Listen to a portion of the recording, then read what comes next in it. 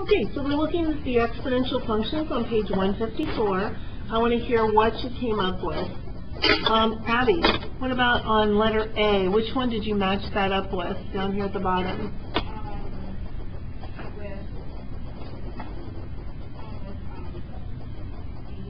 D. Okay, so she says it's D. Here's how I would figure that out for sure. I'd plug in 0 for x. 2 to the 0 is 1. I'd plug in 1 for x. 2 to the first is 2. So I would just look for those 2 points. 0, 1. Nope, I just A. Okay, let's switch it to A. So 0, 1, and then 1, 2. Okay, so that does work. Okay, so for letter B, we can do the same thing. Plug in 0 for x, you get 1. Plug in 1 for x, what do you get, everybody? 3, right? This is what we call right here, this number is called the growth factor. It's also our B value, like we talked about in the warm-ups. And so I'm really just looking for this point 1, 3. All of these contain the point 0, 1, don't they? Every single one of them. So Dominic, what did you put for letter B then? F? And let's just check that. 0, 1, 1, 3. Good. So that is going to be F. Okay, what about letter C, Drew? What do you have? C? Let's just check it. This is a growth function. That's a growth function. That looks good. Okay, what about letter D then? Jake, what do you have? D? Okay, let's check it. If I plug in 0 for x, I do get 1. For this, instead of plugging in 1 and getting 1/2, I might want to plug in -1. Because 1/2 to the -1 power, what is that, you guys? 2. And it's easier to find the point -1, 2 than it is the point 1, 1/2. So I'm going to check that. What did you say again, Jake? D. So I'm looking for -1, 2, and that is correct. Good. And then what about letter E, Caroline? What do you have? B. Okay, let's check it. We'd be looking for the point 0, 1, also for the point -1, 3. So checking that, that works out. And so what's the only one left, everyone? E for this one. Okay, so these 3 were all called growth functions. These were all called decay functions. So when our function is increasing, it's growth, and when it's decreasing, it's called decay. For all of these, the domain means the x's we use. The domain is -infinity to infinity on all of them. What about the range on all of them? Anybody know the range? Yeah, what do you think? Right. So I would write that as 0 to infinity. Everything above 0 is written as 0 to infinity. All right, let's flip over to the next page then. We have some vocabulary here to look at. Page 156.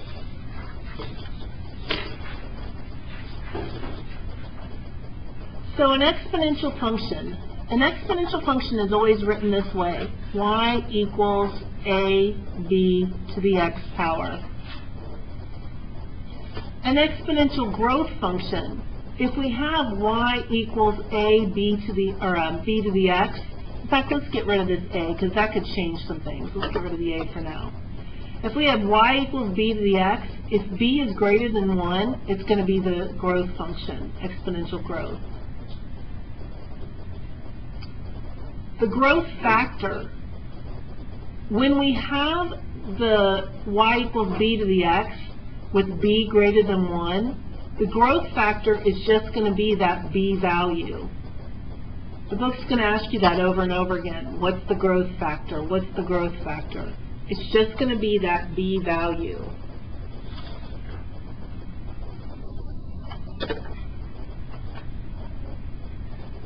So if you look back at the ones we just did, just while you're writing that down. So for this problem right here, the growth factor's 2. Growth factor's 3. Growth factor's 4. So it's just our base.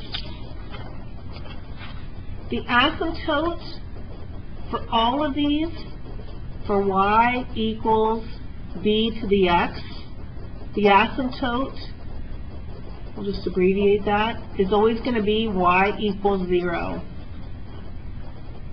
An asymptote is a line that we get closer and closer to but never touch. Okay? So if you look back here at the ones we did, see how we never touch that x-axis? Because we could never have it equal to 0. So therefore, that's why we call it an asymptote.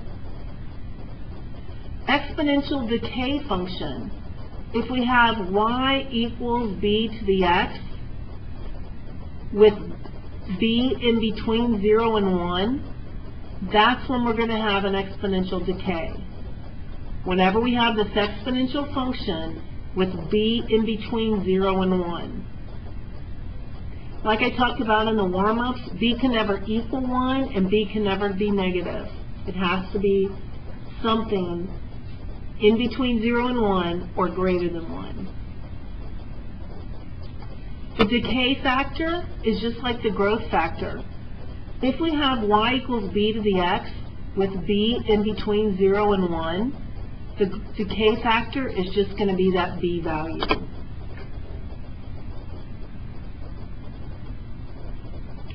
Alright, so looking at this growth function again, this is called our parent function for the growth function. It's just if we have y equals 2 to the x, 3 to the x, 2.3 to the x, it's always going to look this way. It's always going to pass through the point 0, 1 and 1b. Why would it pass through the point 1b? Yeah, Sydney? Exactly. Anything to the first power is just going to give you that value back again. So that's the reason why we're always going to end up with those 2 points. It says the x-axis is always going to be that asymptote too, because we can never have negative values. Domain and range we already talked about. I want you to add this on. For y equals a to the 1 plus r to the t, r is called the growth rate. It can also be thought of as the percent of increase. So you would have to take the r value and convert it into a percent to find the percent of increase. This whole thing right here, 1 plus r altogether, is our growth factor.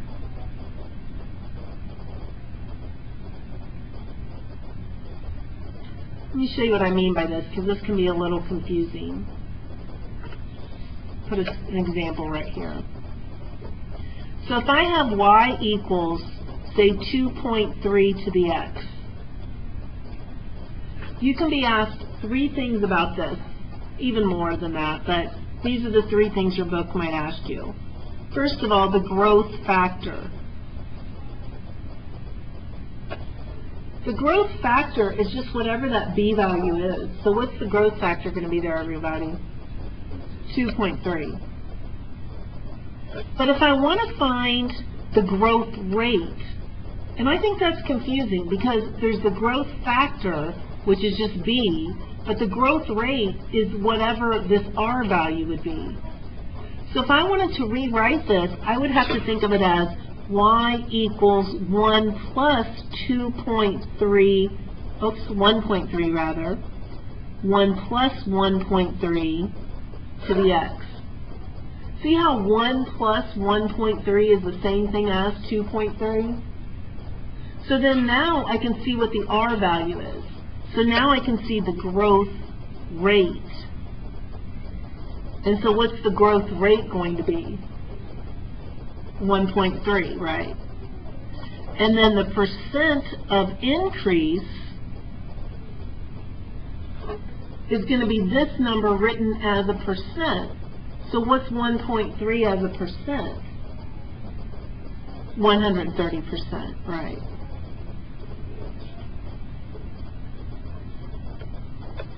Okay, so those are the differences. The growth factor is just 1 plus 1.3, which is 2.3. The growth rate is just this part of it, and the percent of increase is that number written as a percent. All right, let's talk about decay now. So looking at page 157. So anytime that b value, anytime that base is in between 0 and 1, We have a decay function, which means it's going to get lower and lower and lower. It's still going to have those same points of 0, 1, and 1b. Again, b's in between 0 and 1. Same asymptote, same domain and range. But again, if you have y equals a times 1 minus r to the t, see, for growth, this always has to be 1 plus r. For decay, this has to be 1 minus r. So when we have it written like this, the r value is going to be the decay rate. And if we write it as a percent, it's going to be the percent of decrease. All of it together, 1 minus r, whatever that whole thing is, that's going to be our decay factor. Okay, so let's say we have this function, y equals a times 0.3 to the t power. Well, if I want to find the growth or the decay rate, I need to rewrite this. How can this be rewritten and it still be equivalent? Charlie? Good. There you go. And so is this growth, are we adding or are we subtracting? We are subtracting, so it's going to be decay, right?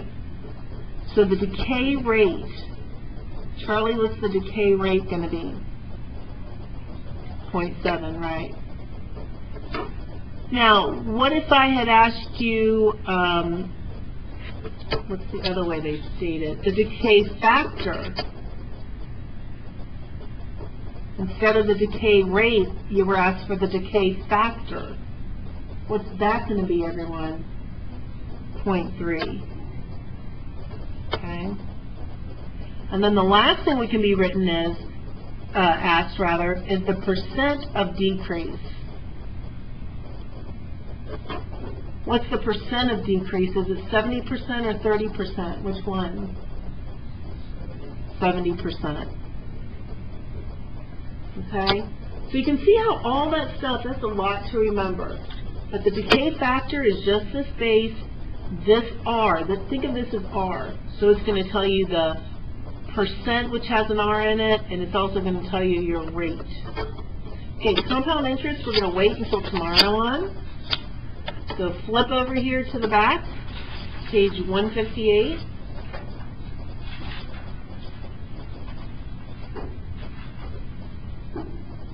All right, so let's do number 1 together. We're going to add on a little bit to it. We want to find the decay factor. Find the decay factor. Becky, what's the decay factor?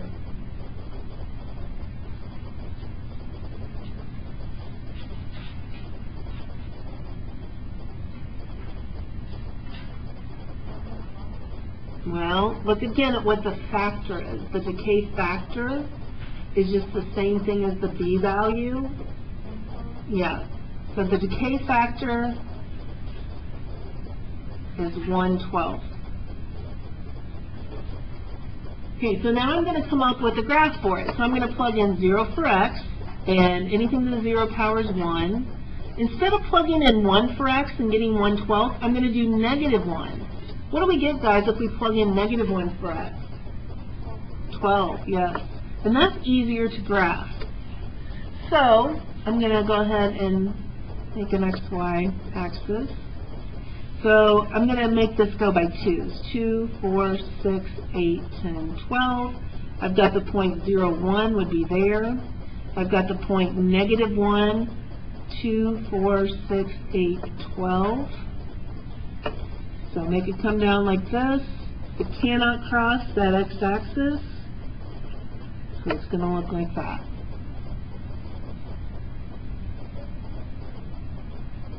All right, I want to give you a minute on number 2, and I want you to this time answer, what's the percent of increase? What's the percent of increase?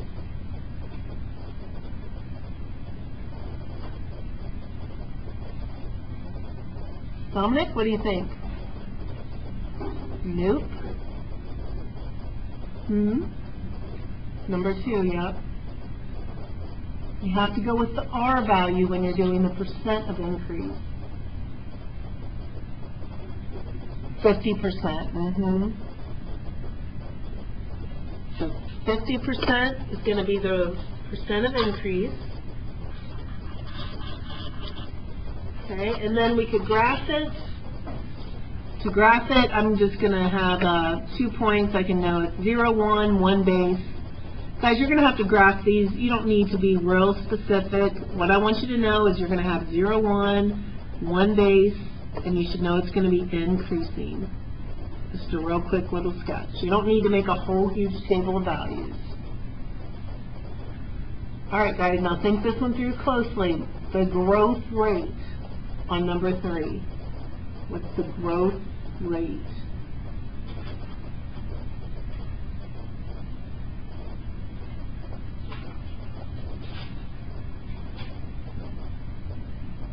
Raise your hand if you can know.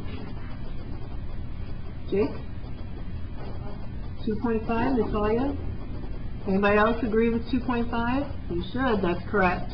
The growth rate is 2.5 because 7/2 can be written as 1 plus 2.5. And so right there is going to be that growth rate, 2.5. Okay, and then we're going to go ahead and just do a quick graph of it. We know we have the 0.01, we know we have the 0.1, and 3.5. That quick of a graph. Okay? All right, throwing in one more term here, initial amount. The initial amount is always going to be when x equals 0. What's the value? That's what we mean by the initial amount. What's anything to the 0 power going to be? Times 3. So 3 would be our initial amount. The decay factor. What do you think? You have 3 choices. Is it 3? Is it 0.8? Is it 0.2? What do you guys think? How many people think 3?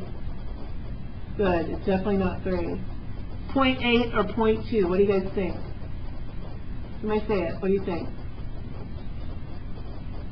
Is it 0.2 or is it 0.8? For the decay factor, it's 0.8, isn't it? For the decay factor, it's 0.8. If it had asked for the decay rate, then it would have been 0.2. See why that's kind of confusing, that terminology there.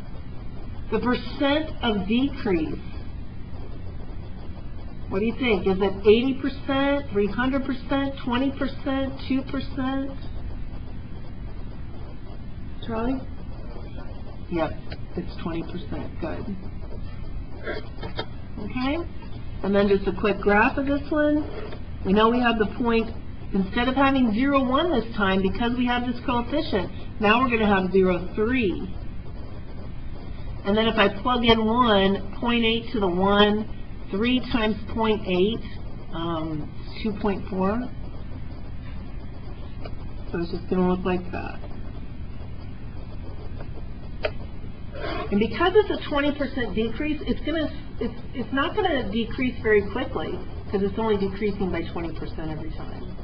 Whereas this one is a 250% increase. And see how quickly it increases? All right, last one for today, guys, number 5. The number of bacteria, Y, in thousands in a culture can be approximated by the model Y equals 100 times 1.99 to the T, where T is the number of hours the culture is incubated. Part A, tell whether the model represents exponential growth or exponential decay. Charlie Plummer, what do you think? Exponential growth. It is. We'll just go ahead and circle that.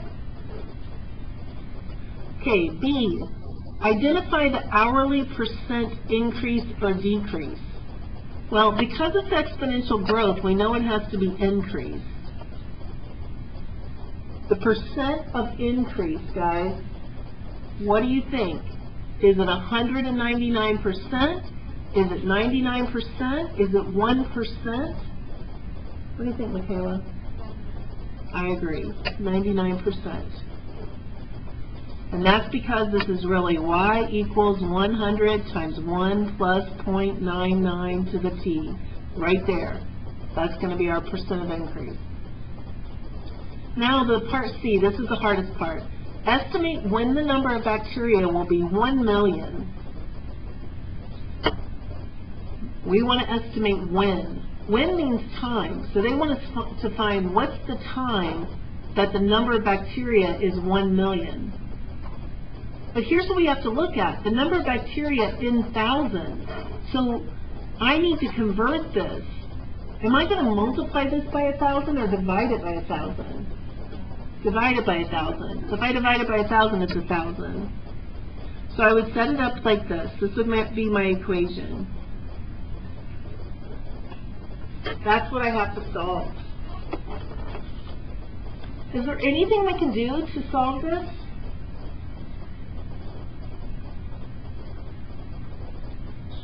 It's a pretty tough problem. What were you saying, Dominic? You can divide by 100. You cannot divide by 1.99, and you cannot multiply these, but you could divide by 100. That would make the problem a little bit easier.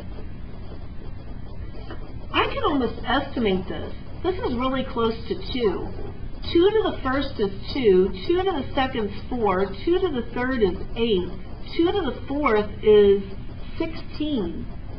So I know my answer for T has to be in between 3 and 4. I mean, you could say around 3.5 and probably be pretty close, right? Just by estimating. So let's find it more exact. Get out your calculator. Any equation we have can be solved on the calculator. All I have to do is put in y equals 10 and y equals 1.99 raised to the x. So I want to know, where is it that this function equals that function? If I do a zoom 6, here's my y equals 10. Here's my 1.99 to the x. I might want to extend this so that I can see that a little better. I'm going to go to my window and I'm going to make my y's a little bigger just so I can see that better. So there's my y equals 10. Here comes the other one. I want to find out where do they meet. So I do second trace, and I want to find that point of intersection, number 5, and I just have to do enter, enter, enter, and here's our answer, 3.35.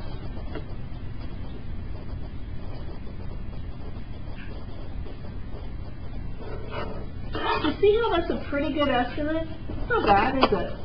When we said the 3.5, that's pretty close to 3.35.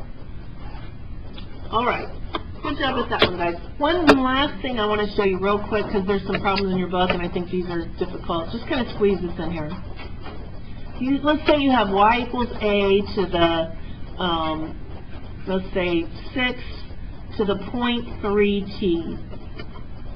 And they ask you what's the percent of increase. Percent of increase on that. Guys, here's the thing. You have to put this into a form where this is just t. It can't be to the 0.3t, because a lot of you might be thinking the percent of increase is 500%. Like that's what a lot of people would think. But you have to actually do it like this. You have to say y equals a. You have to do 6 to the 0.3 and then to the t. So you have to figure out what is 6 to the 0.3. 1.71.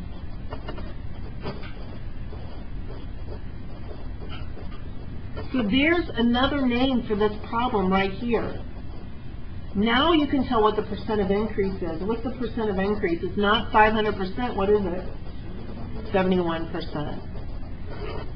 Okay? So just keep that in mind. It's when you get to numbers 25 through 31 that happens. They change these so that they have other numbers there. So you just have to simplify it in order to be able to find it. Okay? Good job today. I know that was a lot, so good job.